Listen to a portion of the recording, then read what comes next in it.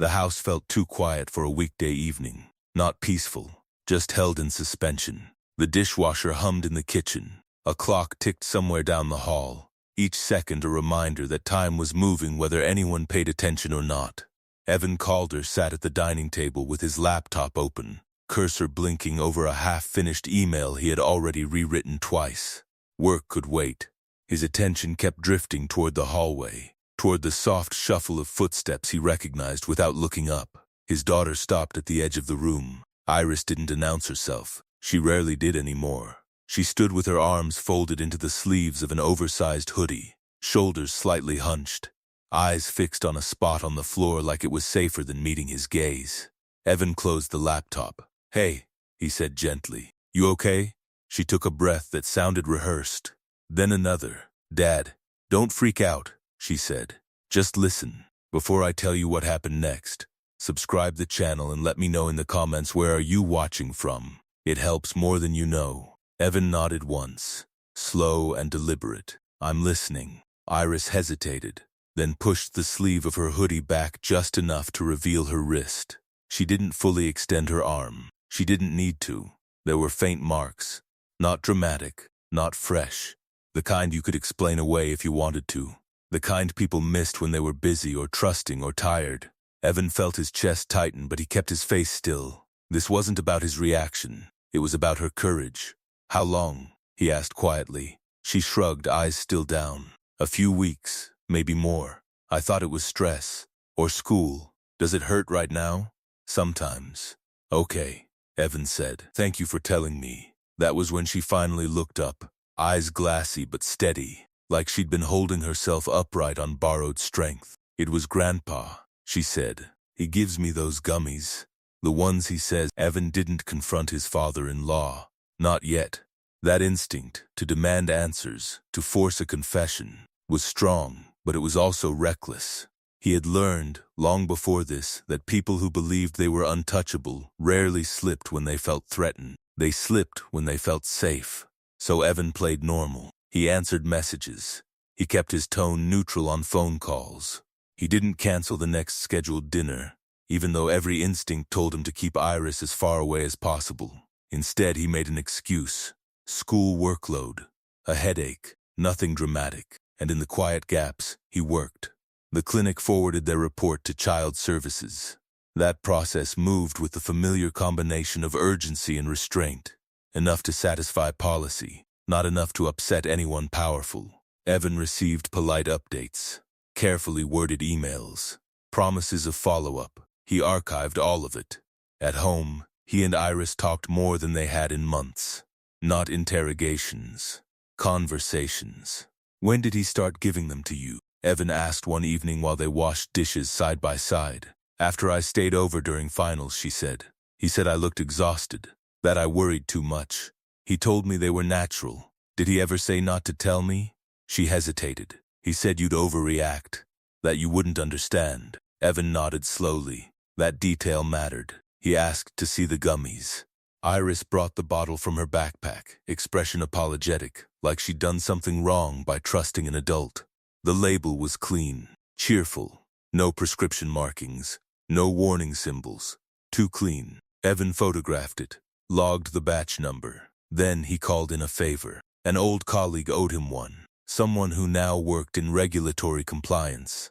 The analysis came back within a day. The ingredients weren't illegal. Individually, together they were something else entirely. Enough to dull awareness, enough to create dependence, enough to make someone compliant without realizing it. "What's the goal?" the colleague asked quietly over the phone. Evan didn't answer right away. "Control," he said finally, "and access." That night he pulled public records on his father-in-law. Not the glowing profiles, the boring ones. Property filing, trust documents, family court appearances buried under initials and sealed motions. A pattern began to form. Nothing criminal on its own, just pressure, influence, a tendency to decide what was best for others and enforce it through money, charm, and persistence. Evan recognized the behavior because he'd written about men like this before. He just never expected to share a last name with one. The police called 2 days later. They wanted another statement, more detail, more clarity. Intent is hard to prove, the officer said, especially with family. Evan kept his voice even. That's why I'm documenting everything. When he hung up, Iris was watching him from the couch. Am I in trouble? She asked. The question cut deeper than anger ever could.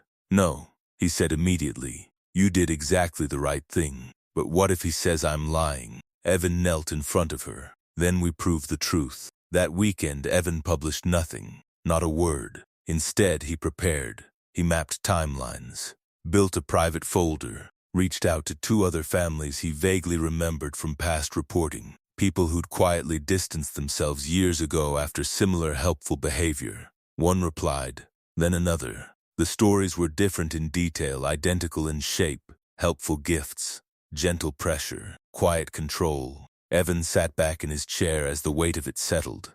This wasn't a misunderstanding. It was a system, and systems didn't collapse from confrontation. They collapsed from exposure. Evan looked down the hall toward Iris's room, the lights still on, music low, ordinary teenage life continuing despite everything. He wasn't angry anymore. He was focused, because when someone poisons your child under the disguise of care, you don't just stop them. You make sure they can never do it again. And Evan was done waiting for permission. The first sign that Evan was no longer alone came in the form of an email that arrived just after midnight. It was short, careful, written by someone who had clearly revised it more than once.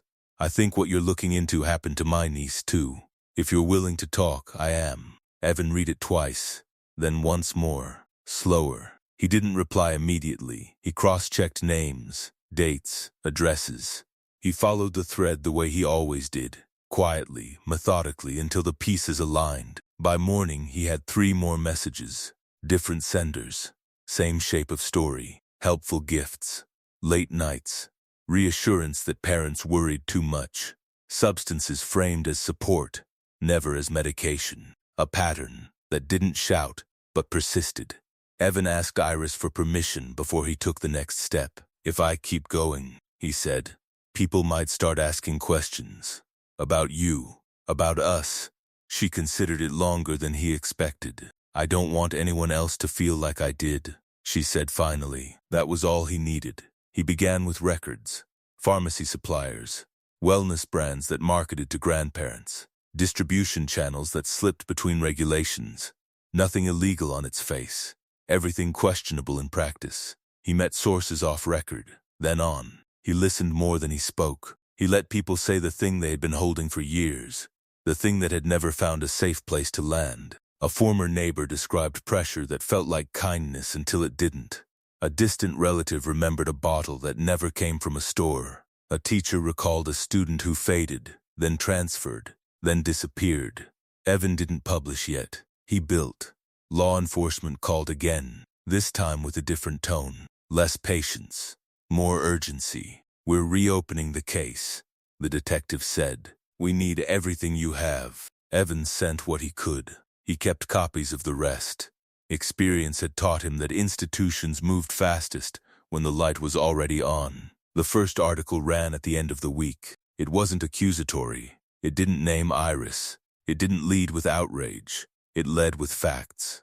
A community figure. A pattern of boundary violations. Substances misrepresented as harmless. Experts explaining cumulative impact. Parents describing doubt, confusion, and the quiet pressure to stay grateful. By noon, the response was impossible to ignore. Sponsors pulled back. Boards called emergency meetings. A radio host who had once praised the man's generosity corrected himself on air without saying why. By evening, the police announced formal charges.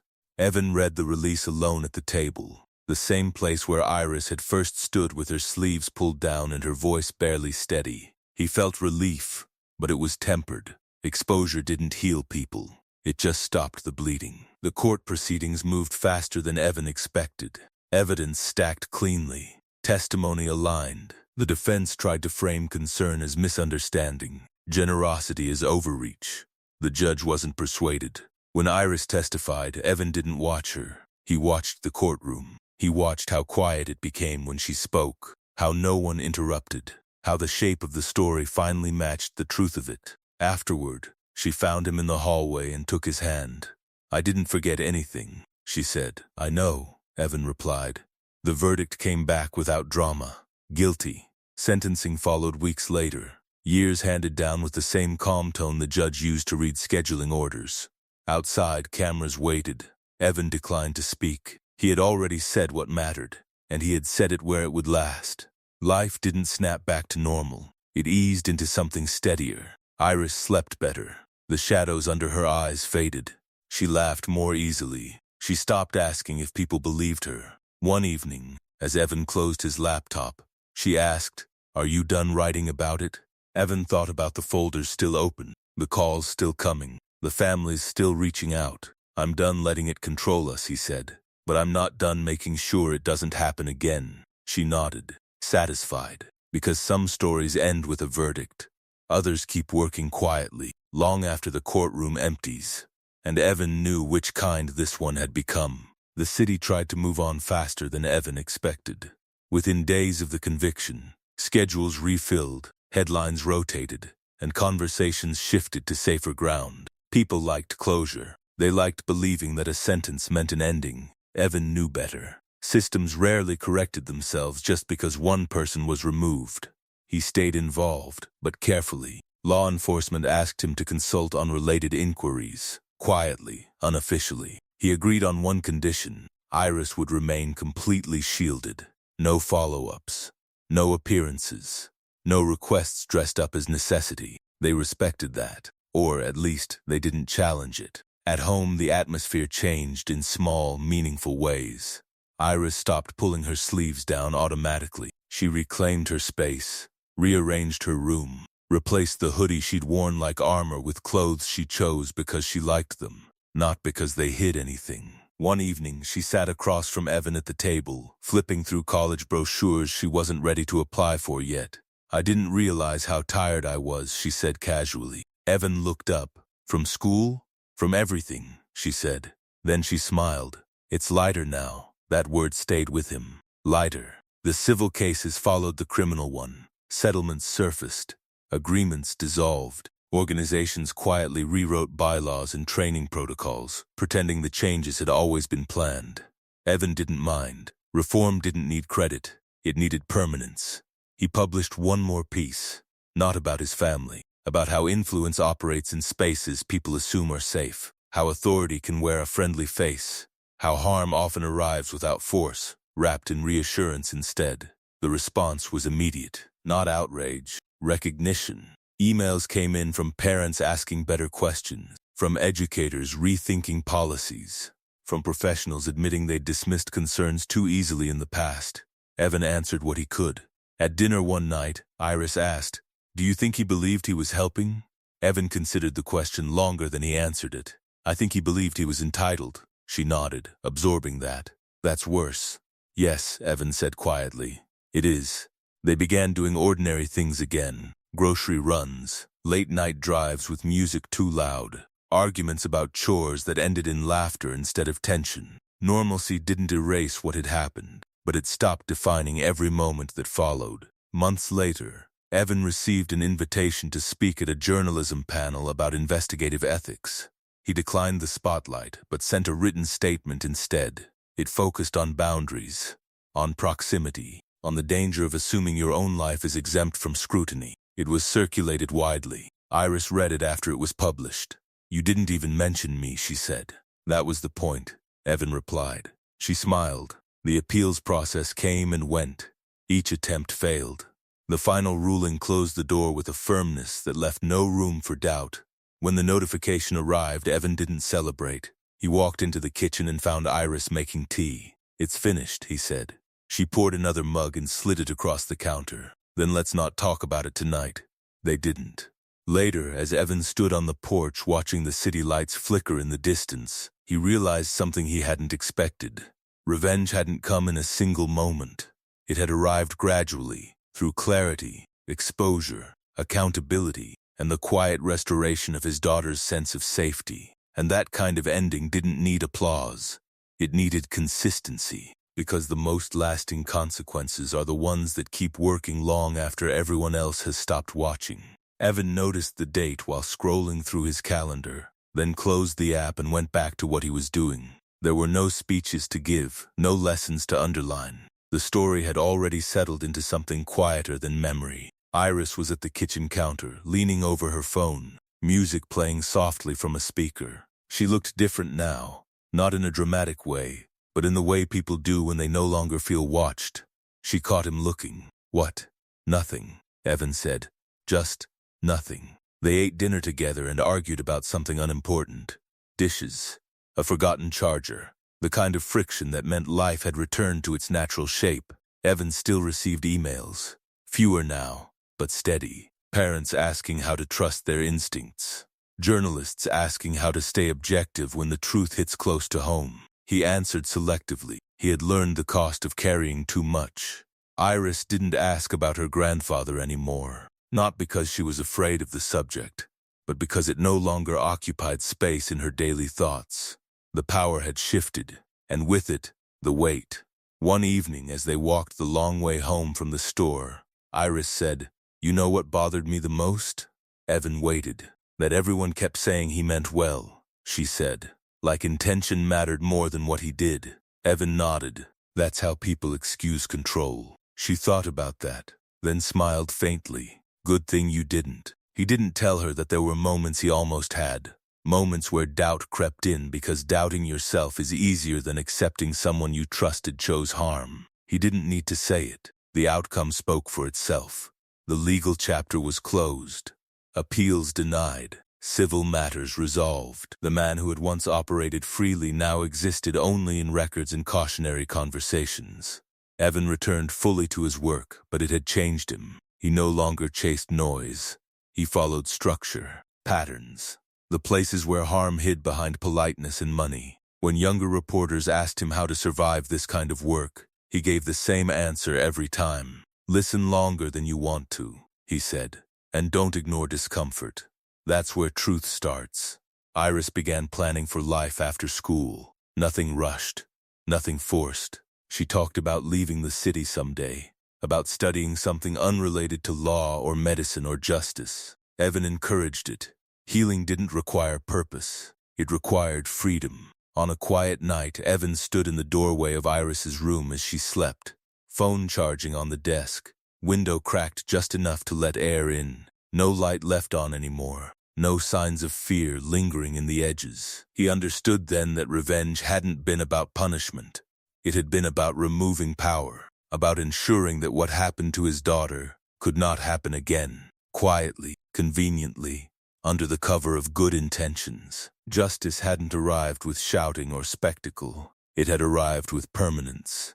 And if you've been listening this far, subscribe to the channel and let me know in the comments what time it is where you're watching from. It helps more than you know.